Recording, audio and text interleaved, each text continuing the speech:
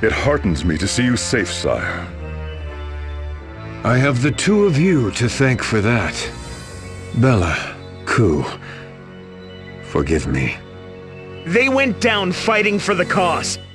Just like we will, should it come to that. You will succeed, sire. You must. You must not let the convictions, the sacrifices of our comrades go for naught. Just so, Nikolai. And yet we have a problem. These memories. You have them too, Majesty. They keep coming back to me, like horrible dreams. I thought as much. If we all have these memories, it is all but certain that you and his companions do as well. Precisely. We can assume that our plans are an open book. We must get to the compass before they do. And let yourself be captured again? I think not, Your Majesty. Stay here, sire. I shall claim the compass. Our foes expect us. That will give them the advantage, even over you. I am aware of the danger. Weighed against our cause, this life means nothing to me. Geist! This is no time to waver. You have a mission, to wield the compass and do what must be done. You risk your life for your cause, as well you should. So it falls to me, your loyal servant, to risk my life to deliver the compass to you. My friend, I will not let your devotion, your deep convictions be in vain.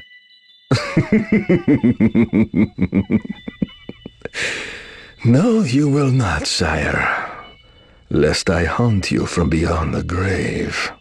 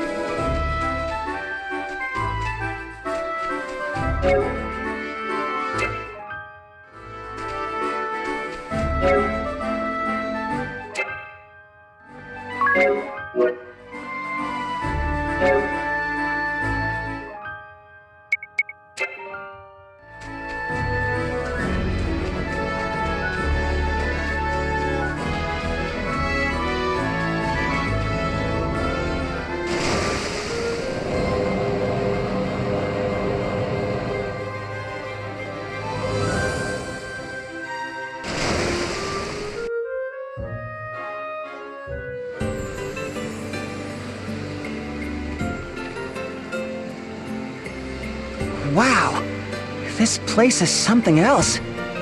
Ships piled upon ships? And the whole of it forming a city? This is Grand Ship, the sinking state. At least that's what people used to call it. An entire nation built atop a sinking boat? Yep, a really big boat. Big enough to be its own nation. It was also our airship for a while. A boat? That was a nation? That was an airship? Je ne comprends pas! Wow, sir. That must have been some adventure. I wonder how our friends at the tavern are doing. We should stop in and say hello.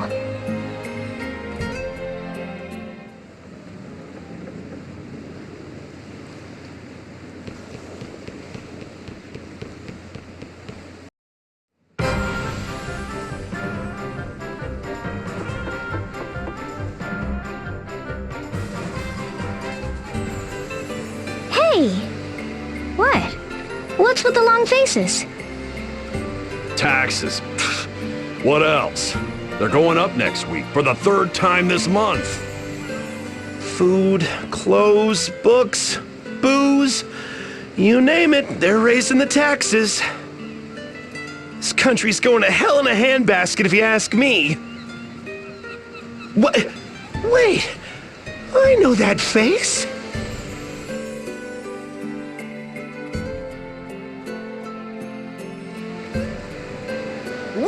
Well, look what the waves dragged in. You're looking hale and hearty, my dears. And you, Dats, and Zats haven't changed a bit. Well, blow me down. If it ain't Idia, and 'tis too. You had a good long snooze, didn't you? I can't thank you enough for everything you did for us. It was nothing. I still can't get over how nothing's changed. The tavern's just like I remember. It may look that way, but a lot's happened here in Grandship since your last visit. Aye, a lot indeed. About a year ago, we ran out of power. There wasn't a spark left. We came down in this crater lake, and we've been bobbing here ever since, like a lonely buoy. We decided to make the best of it, give up flying around the world, and build a new nation right here. And you've been here ever since? That's right. We've taken in refugees, orphans, anybody who needed a roof over their head. We're starting anew, building from the bottom up. The new Grandship Republic. Has a nice ring to it, huh? Milady, I have returned. I have placed the goods you requested out front. Ah, so you have come too. Alternus? Alternus Dim, loyal guardian and holder of the Dark Knight Asterisk. This childhood friend of Idia's served her father Brave as a key member of Eternia's Council of Six.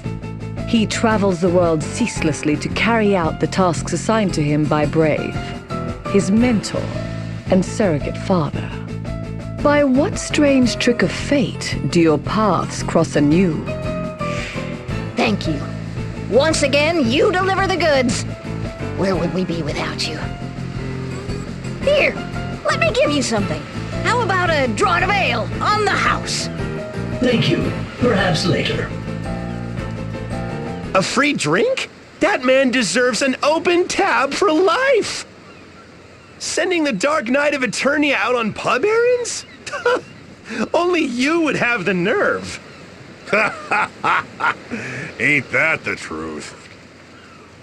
Ah, but today's a fine day for a feast. What do you say? How about I whip up one of my specialties? Now that's what I'm talking about!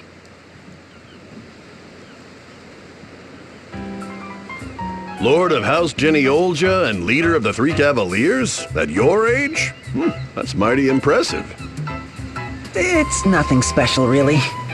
Want to hear something even crazier? This lass says she comes from the moon. The moon! Nice to meet you. Oh, but this is delicious. Seconds, please? The appetite of the young. Hey, Mr. Alternus! Ah, there you are. Here, come sit with us. And here's some piping hot soup for you. Yippee! And this is from me. Wow, sketch pads and pencils! These are great! Thanks so much, Mr. Alternus. You really have a way with kids. I only help to distribute the nation's handouts, food, stationery, and the like. It has made me popular. It is a fine nation, this one. Where else would you see the underprivileged so well taken care of and so happy? Not many places, for sure. Did that ever hit the spot? You can still pack it away, huh, Princess? Ain't that the truth? Every time we come here, you treat us to a magnificent feast. Wait, you mean you never pay for your meals? Well, no. Though when you put it like that, it kind of makes us sound like we're freeloading. You know, maybe we should pay sometimes. How much do we owe you? Don't mention it! Seeing your happy faces and full stomachs is all the payment I need. Oh, come on. Let us pay just this once. Really? Well, if you insist. Let me see. Plus tax, that comes to, yeah. 1,825,890 pig. With a 10% discount for regulars. 1,800,000 and... But how? I told you, didn't I? The taxes here are out of control. Yeah, but even still. I mean, there must be some mistake.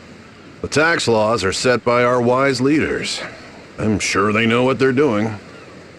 Well, I'm going to lodge a formal complaint. You can pick up the tab. No, And there she goes.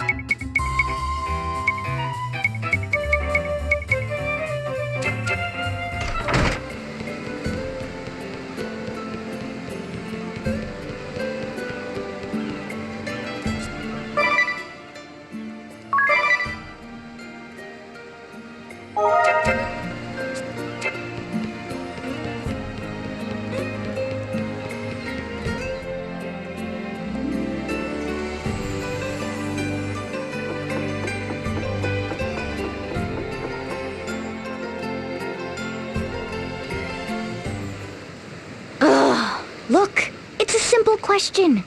Who's responsible for these outrageous taxes? Yes, yes. As I have tried to explain, tax policy is determined by consensus of the entire council. The council, in turn, is chosen by the collective will of the nation. So, as you see, in a very real sense, everyone is responsible. But who in their right mind would want taxes so high? Idia, there is nothing to be gained by browbeating this gentleman. He is but one of many counselors. But it's ridiculous! Someone has to take responsibility. The waffling is driving me bonkers. This council is just a doddering old bunch of do-nothings. The poor laws here in Grandship are quite comprehensive. A certain degree of taxation is essential to maintain them. A certain degree? I just paid 7 figures for one meal. Well, you did. We must look after the orphans and the aged. Or are you suggesting we abandon them? The taxes also pay for the bread and books that I distribute to the children. Okay, so it's for a good cause. But aren't you taking it a bit too far? You are not the first to say so. This is why we are beginning to consider major policy reforms. What? Yes, a new organization has taken up the cause. Citizens concerned for the nation's coffers, they call themselves. They're holding their inaugural meeting in the old engine room. A number of influential council members will be attending. Should their agenda succeed, we can expect great changes, starting with taxes, which they plan to abolish almost entirely. Well, that would certainly be good for business. But, What of the bread and soup I deliver to the children? How will they be fed?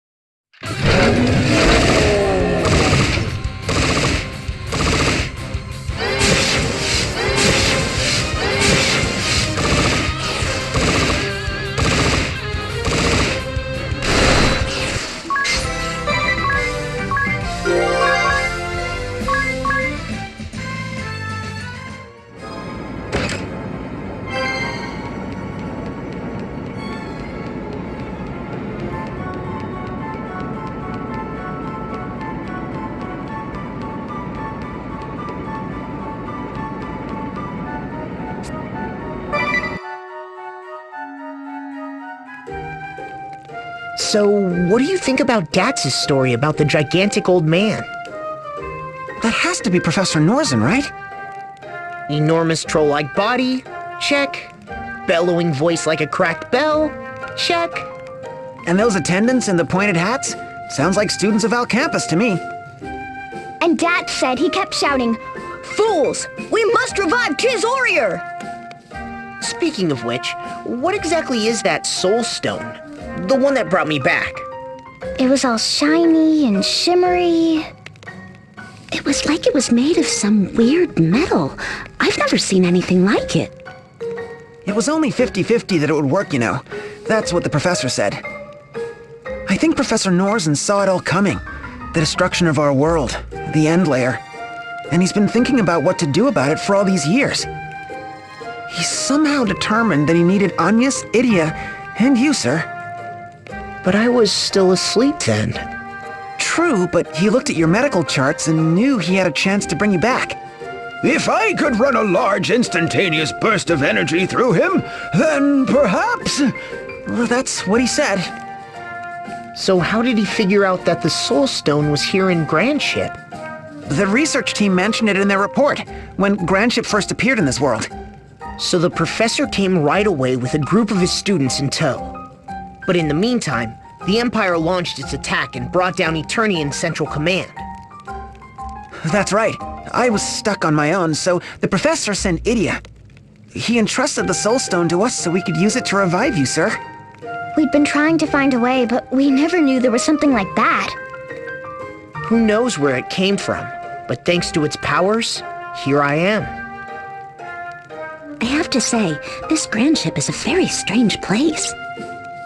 According to the proprietress, the nation was born some 3,000 or 4,000 years ago. Some legends say it was built by pirates. Ah, that would explain why you can see the remains of old sailing ships and galleys here and there. That's not the most interesting thing either. Look, over there, and there. This place is full of the same devices and machines as the one we saw in Sajida. There's only one other place I know that you can see such things in buildings. The moon. You're saying that Grandship started as an advanced civilization like Sajida and the moon? Perhaps. Or perhaps Grandship itself was the original civilization. Now that would be weird. Either way, it's kind of odd that Dats gave up so easily once he heard my name. Gave up? Wait, didn't anyone tell you? Tell me what? Zaps was keeping an eye on things from the sidelines. According to him, the professor, moving like Quicksilver, snuck up behind Dats and put him into a sleeper hold. Then he spun him around and performed a textbook avalanche pile driver, full air at the apex and everything. Wow, that old guy just keeps impressing. Maybe it was the rampaging professor who grounded the ship in the first place. He's just that amazing. As Dats would say, ain't that the truth?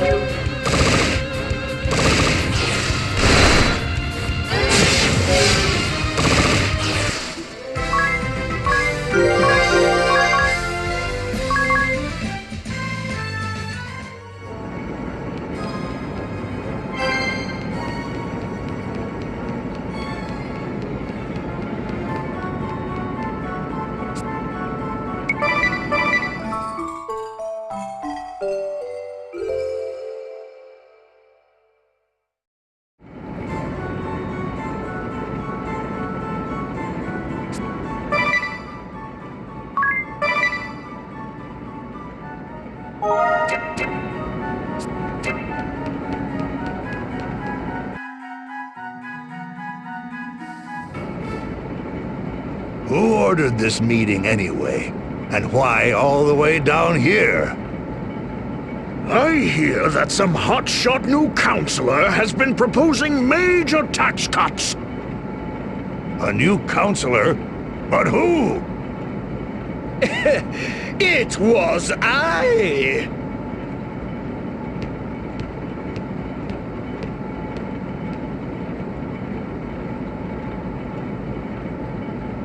Hear ye, hear ye! Councillor Kammer, Minister of Tax, has a new proposal that he would like all of you to hear.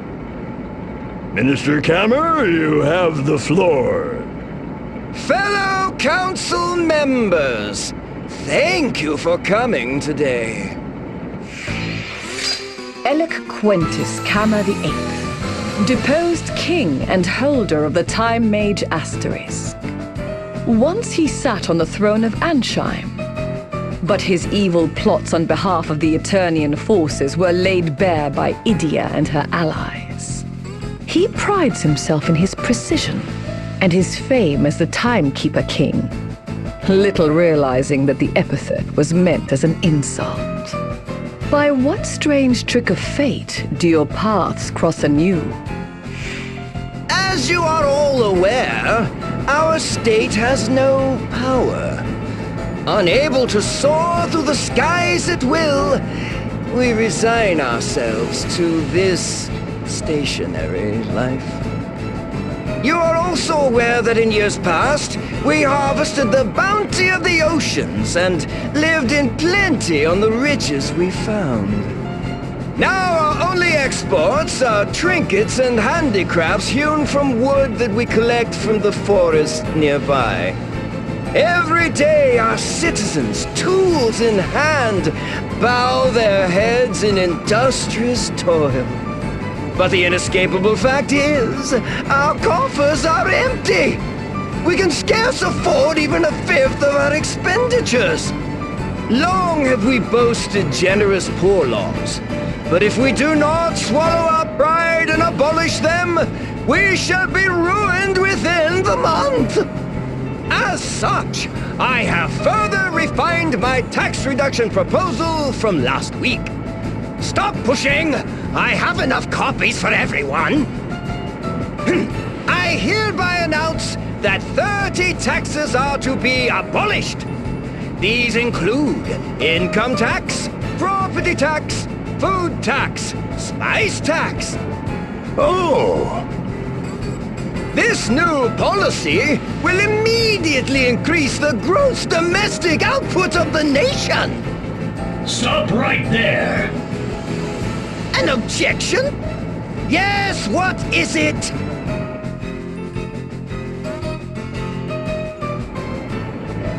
If those taxes are abolished as you propose, what will happen to our nation's poor laws? Who will look after the children? The poor laws? Well, naturally all unnecessary expenses will be cut, including handouts to orphans and the like. Unnecessary expenses? Indeed. When the nation's coffers are nearly empty, they are a luxury we can ill afford. Are you aware how much one must pay for a single slice of bread on this ship? Well, 7,000 pig. Think about that. 7,000 pig for something that can be had for a pittance anywhere else in the realm. Cheese, 8,000 pig. Oh, a can of mackerel? That'll be 9,000, thank you. And a round of ham will cost you a nice round 10,000 pig. What good do those prices do anyone? They're unreasonable, unsustainable. And they're caused by those bloated poor laws that you refuse to give up. Damn the consequences! the poor laws are this nation's greatest pride. You would say that it is wrong to distribute wealth to those who need it most? No, I would not say it is wrong. Oh no, how shall I put it? The poor laws are a poison! Yes, a poison that every day saps the strength of this nation! Poison? You go too far. I'll hear no more of this fool talk. You are the fool!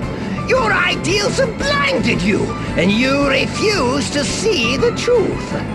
So it falls to me to tear away the blindfold, to lay before you the hard, undeniable facts.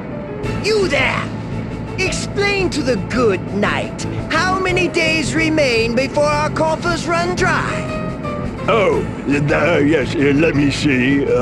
Carry the one and, Oh, too slow! 14 days, 21 hours, and 52 minutes! yes, that's it. To rephrase, in just over 2 weeks, our nation will be bankrupt! What? But is there nothing else we can do? Yes, I suppose there is. For example, we could discover a sunken galleon filled to the gunwales with gold, like last month. Or we could beg our neighbors for money, like the month before that. I am an expert in taxes. When it comes to tax theory, I am 1,225 years and 3 months ahead of all of you combined.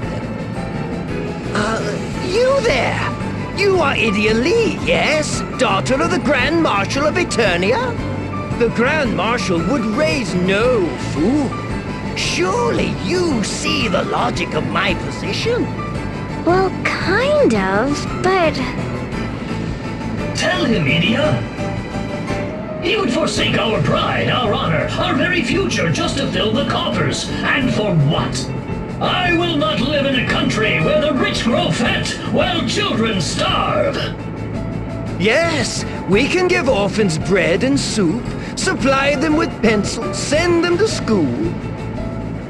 But what good does it do if the country they call home collapses under the weight of excess taxation? Why, even as I speak, our national debt has increased by another 3.141592%! Time! Yes, time is of the essence, my friends! We must make a choice, and quickly! She is the daughter of the Grand Marshal of Eternia? Surely she can help us. She can show us a way out of our predicament. Speak, girl. You have the floor. Me? Okay. Right.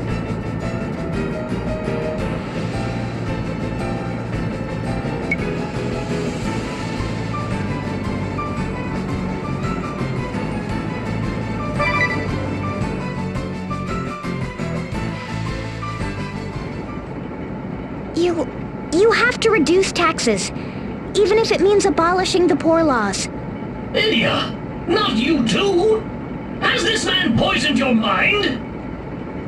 No, I'm thinking clearly, Alternus. Your poor laws are wonderful. I truly believe that. And I understand why you want to protect them. But they have to be sustainable. Someone has to pay for them. If the country collapses, no one will be protected. What use will your poor laws be then? You sorely disappoint me, Idia. You would so callously abandon those in need? It's not like that. Oh, but it is. If you are prepared to embrace this scoundrel and his inhumane policies, you leave me no choice. I warn you, Idia. Is this your final decision?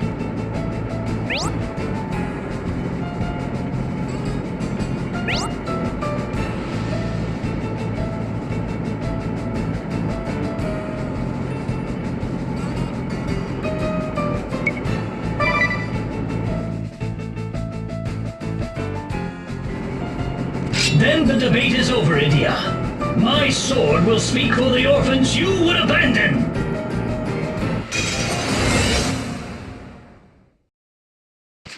I am the Dark Knight, Alternus Dim. You would forsake the common people? You will taste my anger and my steel!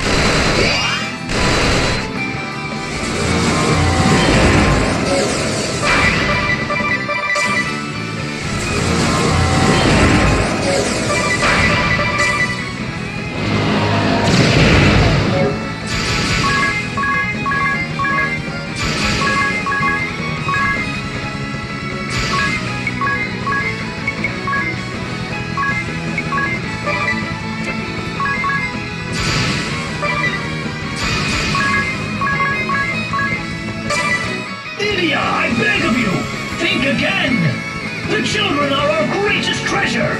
A nation that forsakes them has no future. But let us speak of another future. Our future. Yes, you will be my bride. And I shall be your... This isn't the time for proposals, you ninny! No!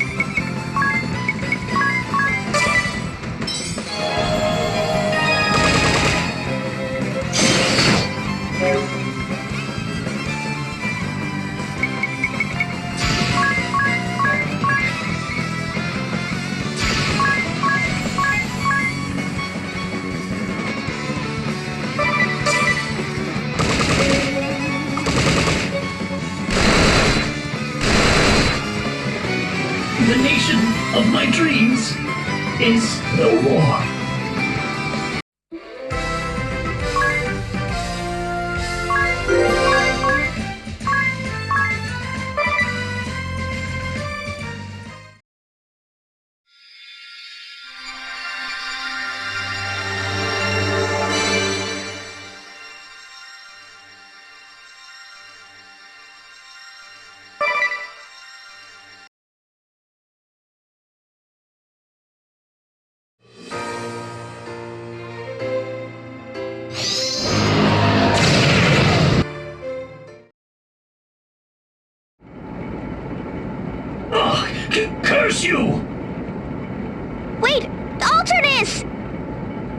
Wonderful! Your father would be proud of you. Now, it's time to put this nation back on its feet. I am already working on a major public works project to repair the engines. Yes, Grand Ship will fly once more.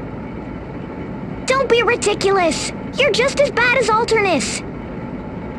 You're already talking about building projects? About making Grand Ship fly again? It's too early for that. Your first job is the economy. There's no need to go from one extreme to the other. The middle ground is nice. Try it. You'll need to learn to compromise, to work together, like adults. Yes, ma'am.